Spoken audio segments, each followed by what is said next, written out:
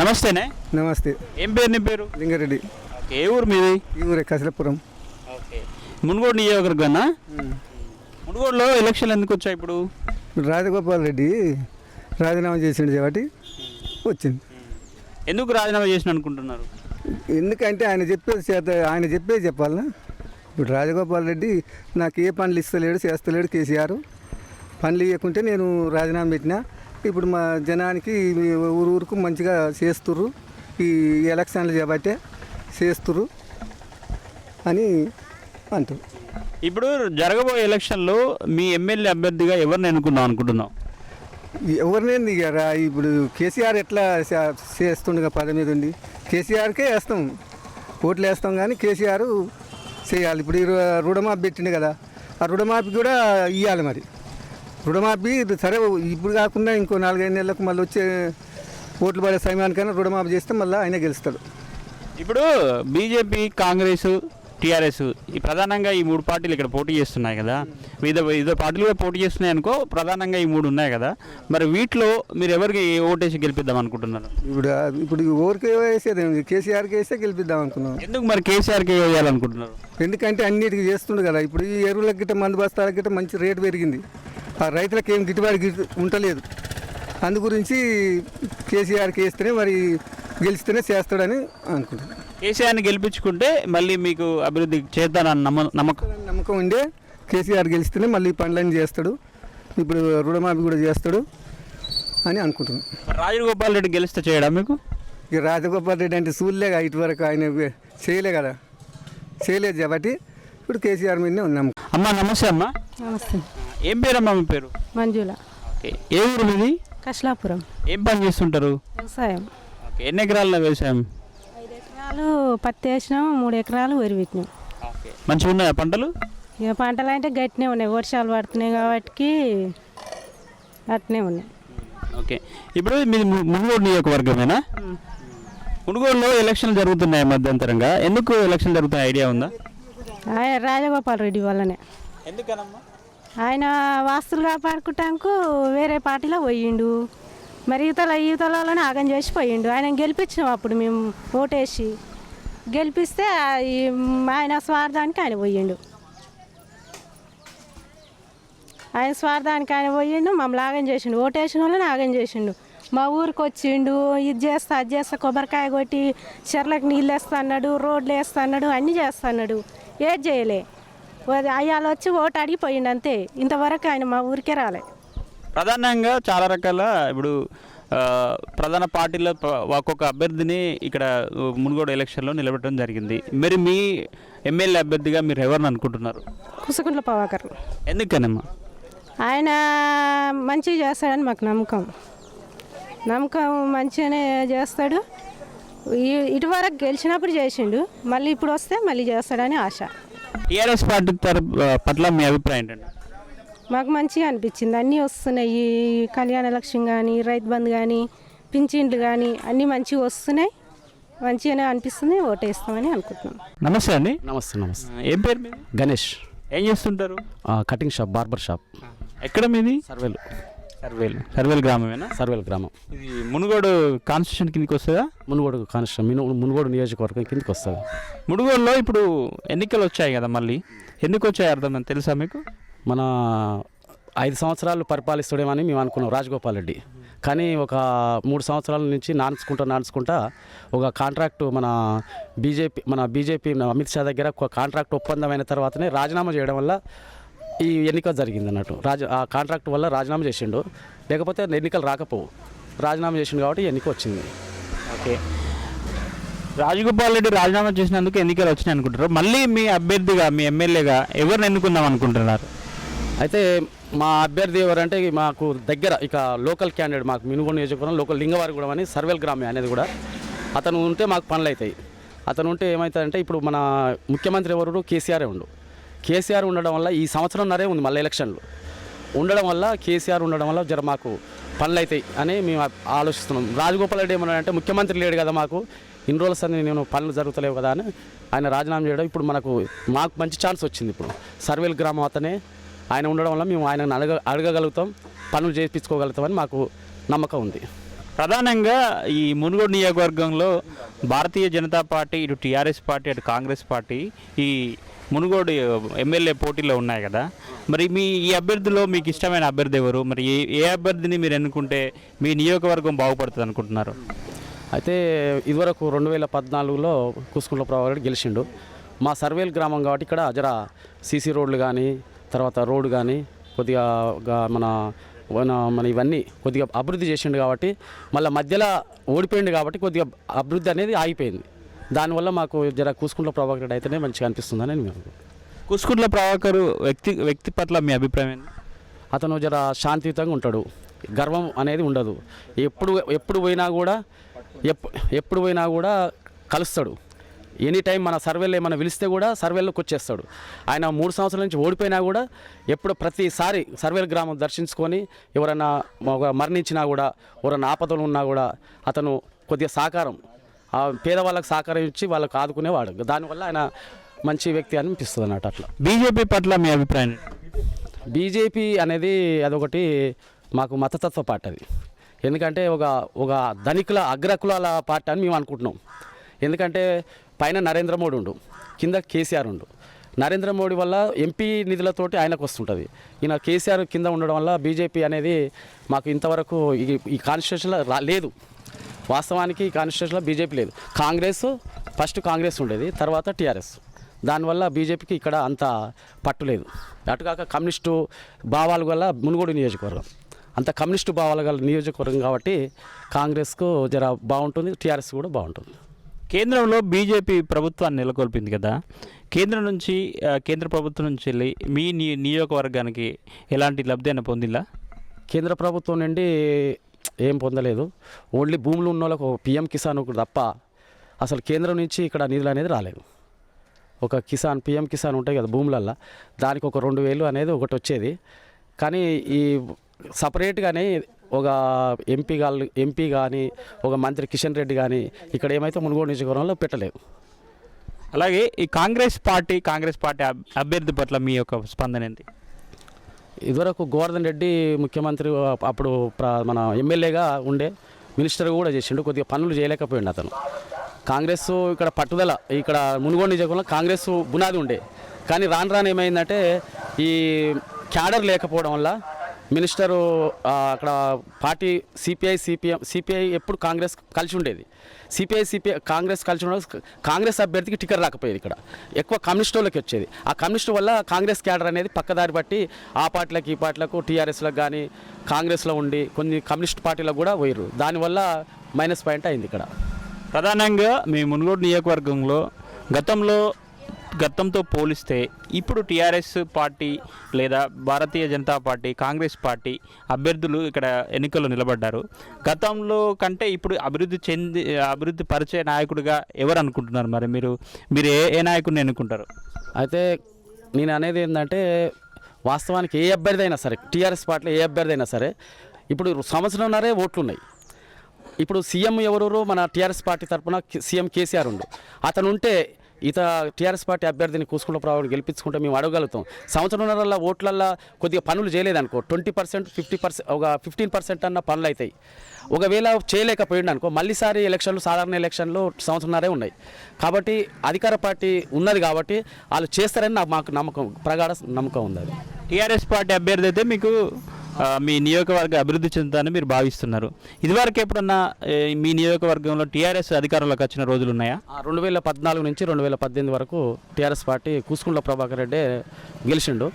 కాకపోతే అతను ఏంటంటే మా సర్వేల్లో కొద్దిగా బాగానే చేసిండు. కొన్ని తొందరగా కావడం వల్ల ఒక సంవత్సరం బిఫోర్ ఎలక్షన్ రావడం, దానివల్ల ఆయన కొద్దిగా 20% అన్న చేయగలిగిండు. తర్వాత ఆయన ఎప్పుడు పిలిచినా వచ్చేటో మనిషి. ఈ మునుగోడు నియోజకవర్గంలో గదొక్కటి ఉన్నది. ఆయన పనులు చేయకుండా తిరగడం, అది మళ్ళీ ఎవరైనా చనిపోతే ఒక ఆర్థిక సాయం పేదలకు ఇవ్వడం, ఇవి జరిగింది కాబట్టి దాని గురించి మేము ఆలోచిస్తాం. రాజగోపాల్ రెడ్డి గెలిచిండు. ఇంతవరకు 3-4 సంవత్సరాల నుంచి అసలు ఇక్కడ కన్నెత్తి కూడా కనపడాడు. ఒక్కసారి కూడా మనిషి రాకపోయేది. దానివల్ల మేము రాజగోపాల్ రెడ్డిని మాకు మంచిగా అనిపిస్తున్నాడని మేము అనుకుంటున్నాం. మునుగోడు నియోజకవర్గంలో ప్రధానంగా చూసుకున్నట్టయితే ప్రధాన పార్టీ నుంచి వెళ్ళి ఇప్పుడు కాంగ్రెస్ నుంచి స్రవంతి గారు ఉన్నారు, ఇప్పుడు రాజగోపాల్ రెడ్డి బీజేపీ నుంచి ఉన్నారు, ఇప్పుడు కుస్కూర్ల ప్రభాకర్ గారు టీఆర్ఎస్ పార్టీ నుంచి. ఈ ముగ్గురులో మీరు ఈ ముగ్గురే కాకుండా వివిధ పార్టీల నుంచి కూడా అభ్యర్థులు వాళ్ళని నిలబెట్టడం జరిగింది. వీళ్ళు ఏ అభ్యర్థి అయితే మీ యొక్క నియోజకవర్గాన్ని అభివృద్ధి పరుస్తా అనుకుంటున్నారో, మరి ఏం అభివృద్ధి కావాలని, ఇంకా కావాల్సిన అభివృద్ధి ఏమున్నది మీ నియోజకవర్గంలో? అయితే ఇక్కడ ఈ స్రవంతి కూడా ఆమె గుణంలో మంచిదే, గోవర్ధన్ రెడ్డి బిడ్డ కాబట్టి మంచిదే.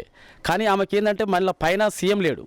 ఆమె గెలిచి కూడా ఏం మన రాజగోపాల్ రెడ్డి ఎక్కలే అంటది, మనకు లేడు, పైన లేడు, మేము ఏం చేయలేకపోతున్నాం మళ్ళీ అంటది. కాకపోతే కూసుకుంట్ల ప్రభాకర్ టీఆర్ఎస్ అభ్యర్థి కాబట్టి ఆయనను అడగగలుగుతాం. సీఎం కేసీఆర్ నుంచి నిధులు తీసుకురాగలుగుతాం. తర్వాత మళ్ళీ ఇంకోటి మాకేం నిన్న ఏమన్నట్టు కేటీఆర్ మునుగోడుని దత్తత తీసుకుంటా అని ఒకటి చెప్పిండు మాకు ఒకటి. దానివల్ల జర ప్రగాఢ విశ్వాసం కలుగుతుంది. ఒక మినిస్టరు వచ్చి నేను దత్తత తీసుకుంటా అంటుంది కాబట్టి పనులు అవుతాయని మేము భావిస్తున్నాం. ఓకే, మీరు అన్నారు కాబట్టి అడుగుతున్నా, కేసీఆర్ కొడుకు కేటీఆర్ అయినందువల్ల గ్రామాన్ని దత్తత తీసుకుంటా అన్నాడా? మరి మునుగోడులో ఇంకా అభివృద్ధి కార్యక్రమాలు చేయాల్సి ఉందని చెప్పి దత్తత తీసుకుంటారు. మీరు మీ నియోజకవర్గం మీద తనకి ఎందుకు ఇంత ఇంట్రెస్ట్, దాని మీద మీ అభిప్రాయం? కేసీఆర్ కొడుకు అని మేము అనుకుంటలేము. ఒక ఆయన మినిస్టర్ వచ్చి ఒక హామీ ఇచ్చిండంటే మాకు అది అనిపిస్తుంది. కేసీఆర్ కొడుకు అనేంత మాత్రంలో మేము అట్లా అనుకుంటలేము. ఒక మినిస్టర్ కాబట్టి దత్తత తీసుకుంటా అంటారు కాబట్టి ఇక్కడ మునుగోడు నియోజకవర్గంలో చాలా పనులు కాలే. దానివల్ల ఆయన చూసి చెలించి కంపల్సరీ మేము దత్తత తీసుకొని అభివృద్ధి చేస్తా అంటుంది కాబట్టి అందులో మాకు 20% అయినా మాకు చాలా సంతోషం ఉంటుంది ఒక సంవత్సరంలో. దానివల్ల ఆయనకు జర మంచిగానే అనిపిస్తుంది మాకు, అంతే. మరి దత్తత తీసుకుంటానే అన్నమాట వాస్తవమేనా? వాస్తవమే. దత్తత తీసుకుంటే నమ్మకం ఉందా మీకు? ఉన్నది. కేటీఆర్ని వల్ల మాకు నమ్మకం ఉంది. ఒక అతను జర యంగ్ లీడర్, మళ్ళా ఇంకోటి సరే కొద్దిగానైనా సీఎం కేసీఆర్ కొడుకు కూడా ఉంటుంది కొద్దిగా, అది ఏదేమంటారు స్వార్థం అనేది ఉంటుంది. తండ్రి కూడా ఇవ్వచ్చు కొడుకు, ఒక మినిస్టర్గా ఈయన అడగగలుగుతాడు, ఇవ్వచ్చు దానివల్ల. ఓకే, ఎలక్షన్ రంగంలో సాధారణంగా డబ్బులు, మద్యం, వీటి మీద మీ అభిప్రాయం? ఇప్పుడు ఈ ఎలక్షన్లు అనేది డబ్బు, మద్యం ఇవన్నీ కామన్ అయిపోతున్నాయి. ఇది ఎక్కడ ఏ నియోజకవర్గం చూసినా మన ప్రజల్ని అట్లా రాజకీయ నాయకులు అట్లా ప్రజల్ని మొత్తం మభ్యపెట్టడం, ఈ ప్రజల్లో కూడా నేర్పించారు అన్నట్టు. ప్రజలు కూడా ఏమంటారు అంటే మాకు ఏదైనా ఇస్తేనే ఓటేస్తాం, ఇది ఇస్తేనే, అంత కాడికి దిగజారేటట్టు రాజకీయ నాయకులు చేసారు అన్నట్టు. దానివల్ల మీరు చెప్పినట్టుగా ఆలోచిస్తే మీరు టీఆర్ఎస్ పార్టీ అభ్యర్థి కూసుకుంట్ల ప్రభాకర్నే గెలిపించే విధంగా ఉన్నారని అర్థమవుతుంది. మరి అతన్నే ఎందుకు గెలిపించాలనుకుంటున్నారు? టీఆర్ఎస్ పార్టీ పట్ల మీకు ఎందుకు అంత అభిమానం? మాకు కేసీఆర్ చూసే అభిమానం అనిపిస్తుంది. ఒక అధికార పార్టీ సీఎం ఉండు కాబట్టి, ఇప్పుడు సీఎం సాధారణ ఎలక్షన్లో సీఎం ఎవరు అనేది తెలియదు. ఇప్పుడు సీఎం ఉండు కాబట్టి కంపల్సరీ అభివృద్ధి చెందుతుందని. మళ్ళీ మా కూసుకుంట్ల ప్రభాకర్ దగ్గర ఇదే గ్రామం, సర్వేల్ గ్రామమే కాబట్టి ఆయన ఉండడం వల్ల మేము అడగలుగుతాం. ఇప్పుడు అక్కడి నుంచి ఇక్కడికి వస్తుంటే మేము అడగలుగుతాం అతన్ని. రాజగోపాల్ రెడ్డి మాకు అసలు అంతుపట్టాడు, ఎక్కడ ఉంటాడో మాకు తెలియదు. కూసుకుంట్ల ప్రభాకర్ రెడ్డి అయితే ఓడిపోయినా గెలిచినా ఈ ఊరికి వస్తుంటాడు, మేము అడగలుగుతాం. కంపల్సరీ అభివృద్ధి జరుగుతుందని భావిస్తున్నాం. దానివల్ల ఏమవుతుందంటే కూసుకుంట్ల ప్రభాకర్ రెడ్డి ఒక ప్రౌడ్ కానీ, ఒక డబ్బు అహంకారం కానీ, ఒక ప్రేమానురాగాలతోటి మాట్లాడతాడు. ఏదైనా అడిగినా కూడా సరే చేస్తామంటాడు. దానివల్ల మాకు ఆయన మీద మంచి అభిమానం. మా సర్వేల్ గ్రామం కాబట్టి, అతను దగ్గరోడు కాబట్టి మాకు ఒక సొంతూరుకు ఎవరికైనా అభిమానం ఉంటుంది సార్కు. కాబట్టి కంపల్సరీ అభివృద్ధి చేస్తాడని మేము భావిస్తున్నాం సార్ని. ఓకే, లాస్ట్గా ఒక చిన్న ప్రశ్న. తెలంగాణ రాష్ట్ర సమితిగా ఉన్న టీఆర్ఎస్ పార్టీ ఇప్పుడు బీఆర్ఎస్గా జాతీయ పార్టీగా చేసేందుకు కేసీఆర్ గారు ప్రయత్నాలు చేస్తున్నారు. దాని మీద మీ అభిప్రాయం ఏంటి? ఇప్పుడు పక్క రాష్ట్రాలల్లో కర్ణాటక, మహారాష్ట్ర, ఇటు పోతే ఇప్పుడు ఈ వేరే రాష్ట్రాలు, మహారాష్ట్ర, ఇవన్నీ రాష్ట్రాలలో ఏమంటారంటే అసలు తెలంగాణలో చూస్తున్నారు అన్నట్టు. పక్క రాష్ట్రాలు తెలంగాణలో చూస్తూ తెలంగాణ పథకాలు భారతదేశంలో ఎక్కడ లేవు. అసలు రైతు బంధు కానీ, పింఛన్లు 2000 కానీ, ఒక నరేంద్ర మోడీ రాష్ట్రంలోనే 600 రూపాయలు ఉంది. ఇప్పుడు ఈడ 2000 ఉంది. మళ్ళీ రైతు బంధు, రైతు బీమా, రైతుకు ఏంటంటే చనిపోతే 5 లక్షలు ఎమ్మటే దినవారం కాగానే 5 లక్షలు చెక్ వస్తుంది. తర్వాత ఇదివరకు ఏంటంటే పార్టీల వైజ్గా వచ్చేది మాకు పథకాలు. ఇప్పుడు ఆన్లైన్ సిస్టమ్ పెట్టిండు. ఆ కాంగ్రెస్ పార్టీ కానీ, టీఆర్ఎస్ పార్టీ కానీ, మళ్ళీ తర్వాత సిపిఐ కానీ, బీజేపీ కానీ అందరికీ పథకాలు వర్తించేటట్టు ఆ సిద్ధాంతం పెట్టిండు మాకు. దానివల్ల ఆన్లైన్ సిస్టమ్ పెట్టిండు. ఇదివరకు ఏంటంటే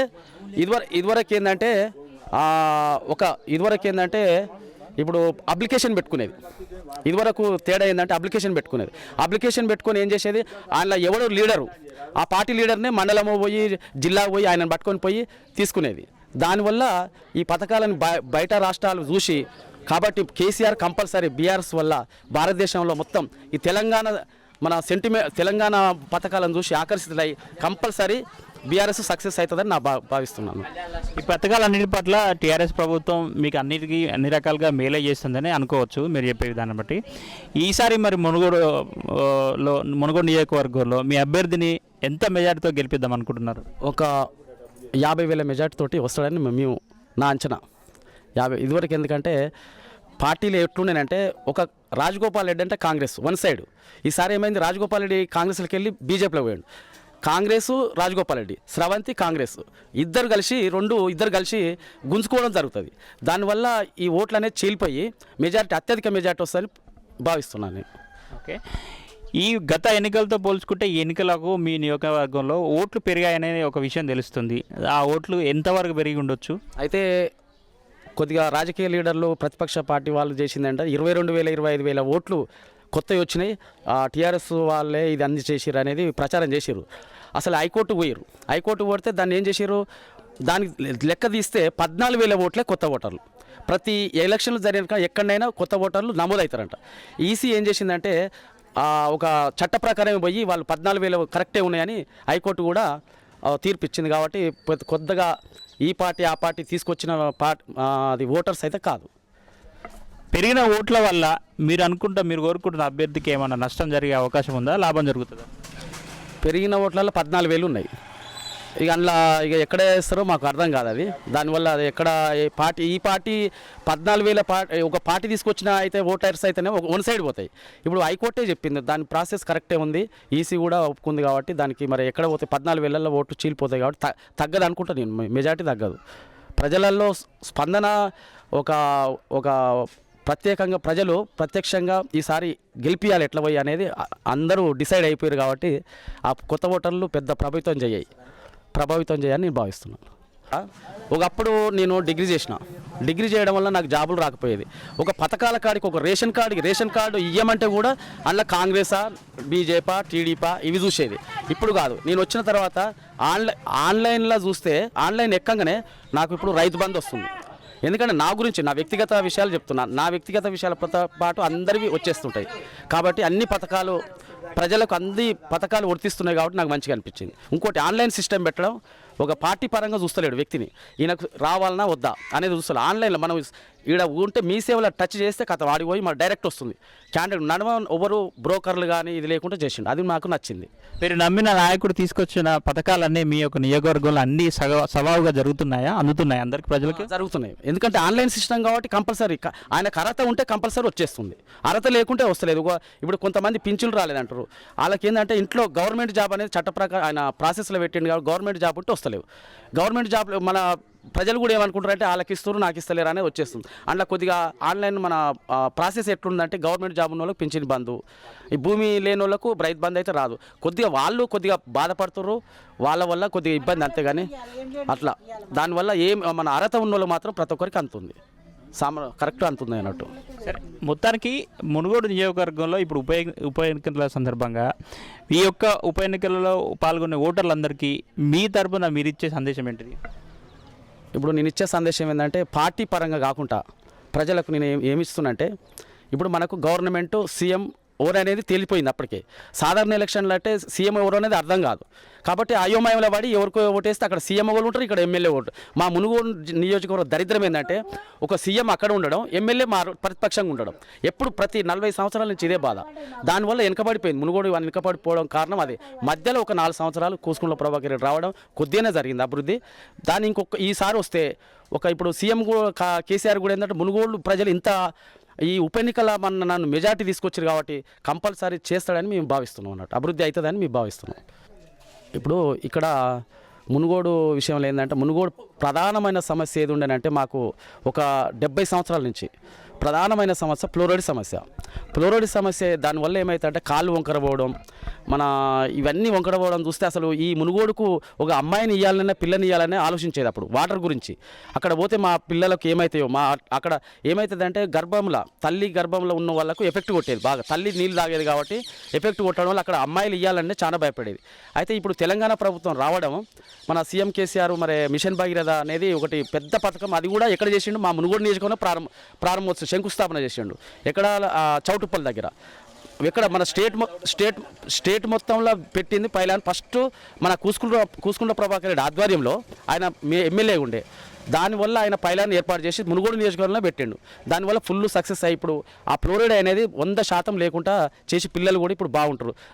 దానివల్ల మాకు తెలంగాణ ప్రభుత్వం అంటే చాలా అభిమానం. దానివల్ల ఒకటి ఉంది. మళ్ళీ ఇంకోటి నాయ బ్రాహ్మణులకు ఇదివరకు కరెంటు షాపులలో ఉండపోయేది. దానివల్ల ఏం చేశారంటే కరెంటు కనీసం 400, 500, 600 వచ్చేది. ఇప్పుడు కేసీఆర్ ఆలోచించి కుల వృత్తులని పెంచి డెవలప్ కావాలనే ఉద్దేశంతో నాయ బ్రాహ్మణులకు ఉచిత కరెంటు, మళ్ళీ రజకులకు ఇదివరకు ఇస్త్రీ చేస్తే బొగ్గులు తెచ్చి వందల బస్తాలు తెచ్చి వాళ్ళు మస్తు ఖర్చు ఉండేది. అది కూడా మాకు రజకులకు కూడా 250 యూనిట్ల వరకు ఫ్రీగా ఇస్తుండు. సర్వేల్లో కూడా చాలామంది రజకులు ఆ ఇస్త్రీ దానివల్ల కరెంట్ ఫ్రీ ఉంది.